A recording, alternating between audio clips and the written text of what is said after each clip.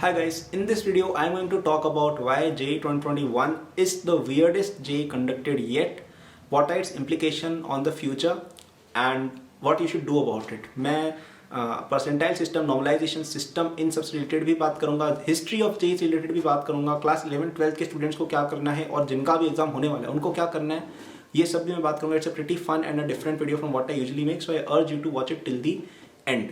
और अगर आप JEE के लिए तैयारी कर रहे हो, आप अगर 2021 की तैयारी कर रहे हो, चाहते हो कि आपके बचे हुए अटेम्प्ट्स में बेस्ट मार्क्स आए, या आप JEE 2022 या क्लास 11-12 में पढ़ रहे हो और आप चाहते हो कि यार आपके एग्जाम के अंदर आपके बेस्ट मार्क्स आए, इवन कोई फ्यूचर में भी देख रहा हो, you should always check out Acadboost app, link is in description. उसके अंदर आपको कई सारे कोर्सेज एंड रिसोर्सेज मिलेंगे. I will tell more about it later on.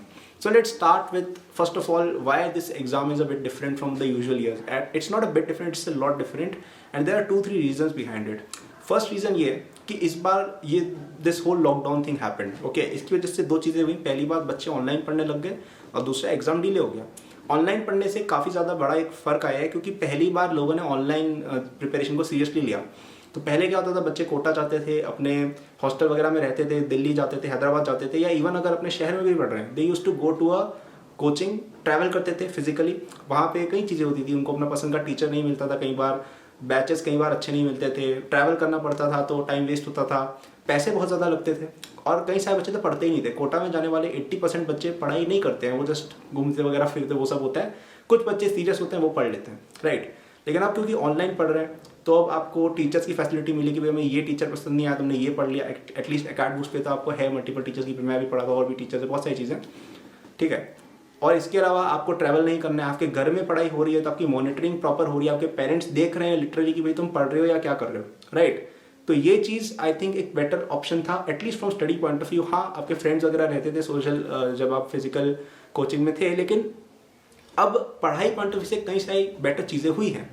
और एग्ज़ाम भी आपका डिले हो गया, ठीक है. पहले आपका एग्ज़ाम अप्रैल के फर्स्ट वीक में होता था, लेकिन अब मई के एंड में, तो आपको 1.5-2 महीने का एक एक्स्ट्रा पीरियड मिल गया प्रिपरेशन के लिए, right. So because of these 2 reasons बच्चों की प्रिपरेशन लेवल अच्छी हो गई, बच्चे पढ़ाई ज़्यादा अच्छे से कर पा रहे हैं क्योंकि better teachers, better resources, better monitoring, ये सब हो रहा है, मोर टाइम. और अब आता है मोस्ट इंपॉर्टेंट थिंग जिसके बारे में ये वीडियो है, that is the conduction of the exam in 24 papers. 4 attempts, चारों अटेम्प्ट्स के अंदर 3 शिफ्ट के अंदर भी मॉर्निंग एंड इवनिंग शिफ्ट, तो 6 papers on each attempt and 4 attempts. 24 papers conduct हुए हैं JEE मेन के इस बार. पेपर्स के अंदर 75 क्वेश्चन ही आए हैं, ठीक है. पहले 90 आते थे, 75 क्वेश्चन है, उसमें भी चॉइस है और इंटीजर वालों में नेगेटिव मार्किंग नहीं है. तो ओवरऑल ये बात अपन कंक्लूड कर सकते हैं कि इस बार का JEE जो है, हाँ मुझे पता है मैथमेटिक्स का शिफ्ट डिफिकल्ट आ गया था, वो सब बात ठीक है, लेकिन ओवरऑल इस बार एग्जाम हाइपर कॉम्पिटेटिव और ईजी हो गया. तुम्हें प्रिपरेशन का ज़्यादा टाइम मिला है, प्रिपरेशन बेटर तरीके से हुई है कई बच्चों की, और आपका एग्जाम भी 24 टाइम्स हुआ है, ठीक है. हर बच्चे के लिए 4 टाइम्स, लेकिन पेपर्स 24 हुए. तो अगर आपका एक अटेम्प्ट अच्छा नहीं हुआ तो आप आगे उसको इम्प्रूव कर सकते थे, ठीक है. तो अब इस चीज़ से फ़र्क क्या पड़ा है वो मैं तुम्हें समझाता हूँ. थोड़ा हिस्ट्री में जाके थोड़ा पीछे चलते हैं अपन, 2018 या उससे पहले की बात करते हैं.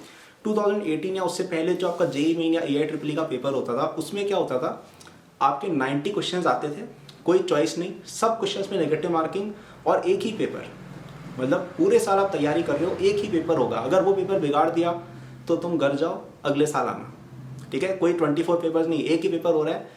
तो वो चीज़ एक डिफिकल्ट हो गई क्योंकि एक ही बार हो रहा है एग्जाम, तो अनसर्टेनिटी वाला फैक्टर आ गया आपके ऊपर, एक करो या मरो वाली एक चीज़ आ गई आपके ऊपर. इसके अलावा क्वेश्चन ज़्यादा हैं, क्वेश्चन में नेगेटिव मार्किंग बेटर है, और आपके क्वेश्चंस का लेवल भी रिलेटिवली अच्छा होता था, ठीक है. फिजिक्स और केमिस्ट्री भी अच्छी आती है इस बार, जैसे काफ़ी ज़्यादा सिंपल आई है फिजिक्स और केमिस्ट्री. और मैथमेटिक्स भी एक पेपर को अगर अपन हटा दें तो सिंपल ही आई है, लेंथी आई है, लेकिन आई थिंक मार्च अप्रैल में कुछ शिफ्ट में मैथमेटिक्स डिफिकल्ट थी, बाकी ओवरऑल मैथमेटिक्स भी ईजी ही आई. कोई क्वेश्चन ऐसे नहीं थे कि भाई अनसॉल्वेबल क्वेश्चन थे, ठीक है. तो पेपर का लेवल, पेपर की पैटर्न और पेपर का जो ड्यूरेशन वाला फैक्टर एक बार हो रहा है. इससे पहले एग्जाम बहुत ज़्यादा डिफिकल्ट हो जाता था, ओके. लेकिन अब क्या हुआ है, आपको नेगेटिव मार्किंग भी कम है, क्वेश्चंस के अंदर चॉइस है, एग्जाम इतनी बार हो रहा है, ठीक है. तो अब अगर तुम 2018 या उससे पहले के बच्चे हो और तुम्हारे लेट से JEE मेन में 80% मार्क्स आ गए हैं, ठीक है, 80% आ गए, तो 360 का पेपर होता था, उसमें से 80% कितना हो गया, 288 मार्क्स हो गए. अगर तुम्हारे 288 मार्क्स आ जाते थे तो तुम्हारे सिटी में होर्डिंग्स लग जाते थे कि भाई ये बंदा 288 मार्क्स लेके आया, अखबारों में नाम आ जाते थे, ठीक है, ऐसा लगता था कि भी बहुत बड़ा अचीवमेंट कर लिया, इसकी तो अब टॉप एनआईटी में टॉप ब्रांच मिल जाएगी और इसका करियर सेट है। लेकिन अब आप ऐसा नहीं कह सकते हो। अब 80% कितना होता है 300 का? 240 मार्क्स आए हैं, तो तुम अब कह नहीं सकते कि तुम्हारा एक करियर कैसा हुआ है। तुम्हें ये पूछना पड़ेगा पहले कि तुम्हारी शिफ्ट कौन सी थी। क्या तुम्हारी 18th मार्च वाली शिफ्ट थी? अगर हाँ तो जाओ फिर वापस से दो एग्जाम, क्योंकि तुम्हारे 99 परसेंटाइल भी शायद नहीं आए हैं। कुछ बच्चे ऐसे मुझे मिले हैं जिनके 240 मार्क्स पे 99 परसेंटाइल भी नहीं आई है, ठीक है, 18th मार्च वाले अटेम्प्ट में।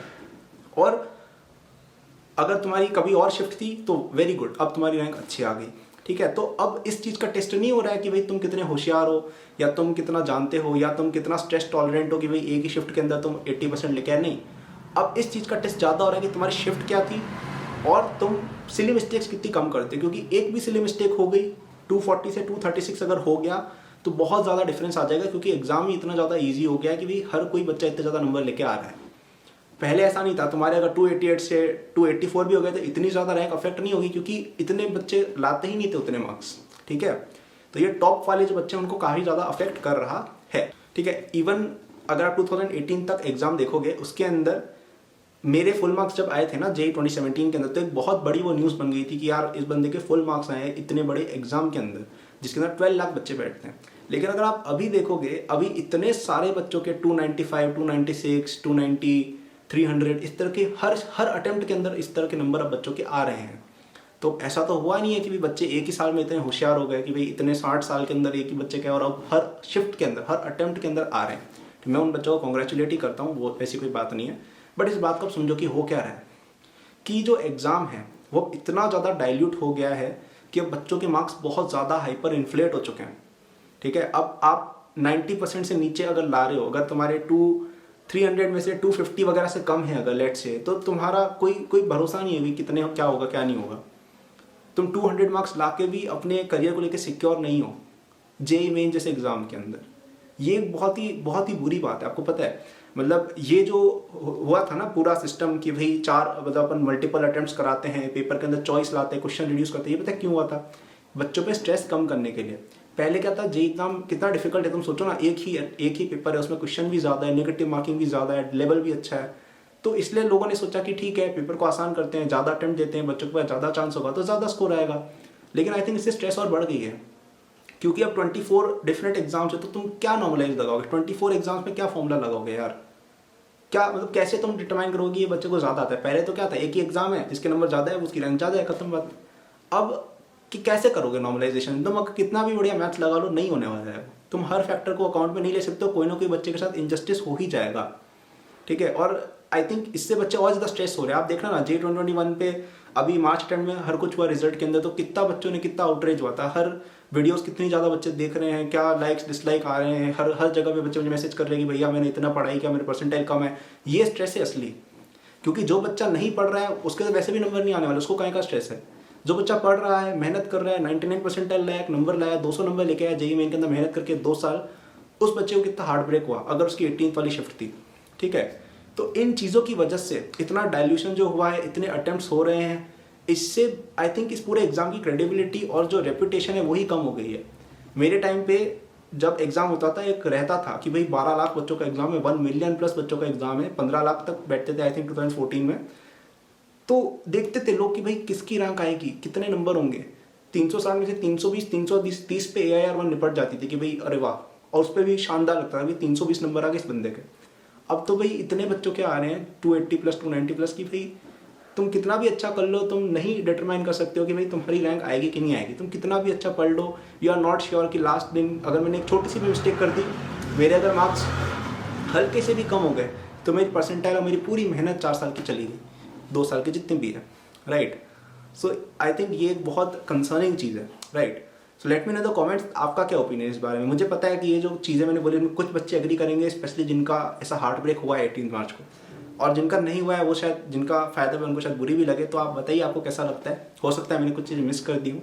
अब हम बात करते हैं कि आप क्या कर सकते हो, कि what should you do about it. क्योंकि हम ऐसे तो है नहीं कि भी पूरे क्राई बेबीज जैसे बैठ के पैंड करें बस कि अरे रे इनजस्टिस हो गया, हमें कुछ करना पड़ेगा, एक्शन लेना पड़ेगा, राइट। तो पहला एक्शन जो आप ले सकते हो वो ये है कि आप अपनी तरफ से रिस्क मिटिगेशन करो, ठीक है। आप चारों अटेम्प्ट दो। कई बच्चे क्या है एक ही अटेम्प्ट देके खुश हो जा रहे हैं कि मेरे 99.7 आगे मजा आ गया, नहीं। हर एग्ज़ाम दो, क्योंकि एग्ज़ाम इतना इजी हो गया है, आपको नहीं पता, क्या पता मई अटेम्प्ट बहुत ही ईजी आ जाए, बच्चे अलग ही लेवल प्रिपरेशन कर डाले और 250 मार्क्स पे भी 99 परसेंटाइल नंबर है, ऐसा भी हो सकता है, ठीक है। तो कोई भरोसे नहीं है। इसके अलावा भी क्या पता किस तरह का नॉर्मलाइजेशन आगे लगे कि भाई तुम्हारे अटेम्प्ट के अंदर जो नंबर है उनकी वैल्यू इतनी हो ही, ऐसा भी हो सकता है ना, वी डोंट नो, क्योंकि फॉर्मूला क्या है मुझे तो कोई समझ नहीं आया अब तक, ना मैंने उसको जानने की कोशिश की है आज तक, और ना आपको करनी चाहिए। आपको ट्राई करना है कि हम हर अटेम्प्ट दें, हर अटेम्प्ट के अंदर बेहतरीन स्कोर करें। सिली मिस्टेक्स और जो बिन मतलब के मार्क्स कटते हैं ना, वो थोड़ा अवॉइड करने की कोशिश करो। पहले इतना इंपॉर्टेंट नहीं था, पहले सिली मिस्टेक से इतना फर्क नहीं पड़ता था गाइस, मतलब अगर तुम 4-5 नंबर गवा भी ये ठीक है, चिल है, मतलब थोड़ी सी रैंक इधर उधर हो जाएगी। अब तो पूरा परसेंटाइल ही इधर से उधर हो जाएगा, राइट। तो ये चीज़ें आप करें। और सेकंड जो रिस्क मिटिगेशन स्ट्रैटेजी है, जो आई थिंक बहुत अच्छी है, वो ये है जेई एडवांस पे फोकस करो। जो इंटेलिजेंट बच्चे हैं तुम लोग जेई एडवांस पे फोकस हो जाओ। क्यों? क्योंकि वो एग्जाम अभी भी अच्छा है, इनफैक्ट वो बेटर होता जा रहा है। पहले अगर आप देखेंगे 2007-8 के पेपर जेई एडवांस के इतना लेवल नहीं होता था, लेकिन अब अच्छा लेवल है उसका। नेगेटिव मार्किंग और पेपर की कॉम्पिटिटिवनेस भी बेहतरीन होती जा रही है, ठीक है। तो जेई एडवांस जब पेपर अच्छा हुआ है उस पर ध्यान दो, ठीक है। जेई मेन चलो ठीक है थोड़ा गड़बड़ हो रहा है, एडवांस पे ध्यान दो। जो बच्चे थोड़े इंटेलिजेंट है उसमें आपकी जो रैंक आएगी वो एक सच्ची रैंक है, ठीक है। अब यहाँ पे मुझे कुछ बच्चे ऐसा बोलेंगे कि भैया पेपर आसान हो रहा है तो अच्छी बात है ना, मतलब मुझे एक बच्चे ने कमेंट भी किया था पेपर आसान है तो अच्छी बात है, 4 अटेम्प्ट हो रहे तो अच्छी बात है कि भाई इतने सारे एग्जाम हो रहे हैं, किसी को भी देके आ जाओ जिसमें अच्छा है उसका है। लेकिन नहीं ना, इससे ही तो गड़बड़ हुई है। This is like one of those things जिनको सुनने में बड़ा अच्छा लगता है, लेकिन वो एक्शन लेने पर बहुत ही घटिया डिसीजन हो जाता है। जैसे कई लोग ऐसा बोलते हैं कि अरे यार भारत सरकार के पास इतना पैसा है, सबको 1-1 लाख रुपए बांट दो, गरीब लोग जो भी हैं। किया जा सकता है, लेकिन उसको करने के इम्प्लीकेशन क्या होंगे आपको पता है कि गवर्नमेंट को इतनी सारी मनी प्रिंट करनी होगी, टैक्सेस बढ़ाने पड़ेंगे वेल्दी लोगों पे, उससे फिर वो लोग शायद देश छोड़ के कहीं और जाना चाहे जहाँ पे टैक्स रेट्स कम, तो बहुत सारी इकोनॉमिक इंस्टेबिलिटी आ जाएगी। तो सुनने में तो बड़ा अच्छा लगता है कि अरे हाँ हाँ ऐसा कर लेते हैं, सबको 1-1, 2-2 लाख रुपए बांट लेते हैं, 1-1 लाख के 10-10 लाख बांट देते हैं। तो लेकिन वो चीज़ सुनने में अच्छा, लेकिन वो प्रैक्टिकल नहीं है। वैसे ही ये चीज़ I think one of those things जिनको देख के तो काफ़ी ऑप्टिमिस्टिक लग रहा था कि हाँ बेटर डिसीजन है, 4 एग्जाम्स हैं, लेकिन उसका जो इफेक्ट है वो बेटर स्वीट रहा है, ठीक है। सो आई नो, और ये जायज़ भी है, कई लोगों को ये शायद गड़बड़ लग रहा होगा कि नहीं अच्छा है 4 अटेम्प्ट होना अच्छी बात है, लेकिन एटलीस्ट आई थिंक मैंने कुछ बच्चों से बात की जो एटलीस्ट जो स्मार्ट बच्चे, और एग्जाम हो ही तो उन बच्चों के लिए रहा है जिनको स्मार्ट बच्चों को चुना जाए। एनआईटी आईआईटी के अंदर किनको लेना है? जो टॉप पर बच्चे हो, जो स्ट्रेस सिचुएशन के अंदर अच्छा कर सके, जिनकी स्पीड अच्छी हो थिंकिंग की, जो फिजिक्स केमिस्ट्री मैथ्स के अंदर अच्छा एप्टीट्यूड रखते हो, क्योंकि ये सब इंजीनियरिंग में काम आता है। वही तो सिलेक्शन हो रहा है इस एग्जाम के थ्रू, और वही अगर हम सही से नहीं कर रहे हैं, अगर हम उसके अंदर ही डाइल्यूशन कर रहे हैं कि एंट्रेंस सिचुएशन के अंदर ही अपन डाइल्यूशन कर दे रहे हैं, तो फिर उसकी कोई वैल्यू रह नहीं जाती है। So let me know in the comments what your opinion is, and if you are preparing for JEE examination, NEET examination, और किसी भी एग्जाम की तैयारी कर रहे हो, एकेडमी बूस्ट ऐप को जरूर चेक करना। वहाँ पे बहुत सारे अच्छे कोर्सेज होते हैं। अगर तुम्हारा जेई पास में है तो फिर क्रैश कोर्स भी रहेगा वहाँ पे। अगर तुम्हारे जेई में टाइम है तो उसके लिए भी बड़े वाले कोर्सेज हैं जिसके अंदर पूरा अच्छे से coverage in depth with DPP test series solution सब कुछ दिया गया है। नीट ओलंपियाड सबकी चीज़ें ऐप के अंदर मिल जाएंगी। Do check it out in the description. अगर वीडियो पसंद आई हो लाइक करना, अपने फ्रेंड्स के साथ शेयर करना। I want this video to spread. मैं ये बहुत ज़्यादा नहीं बोलता हूँ, लेकिन आज बोल रहा हूँ क्योंकि आई थिंक ये एक बड़ा इशू है जिसके बारे में a lot of people should know. To subscribe to the channel, I make a lot of academic videos. I make a lot of content related to JEE and all other exams, college, etc. Thank you for checking out this video. All the best. Take care.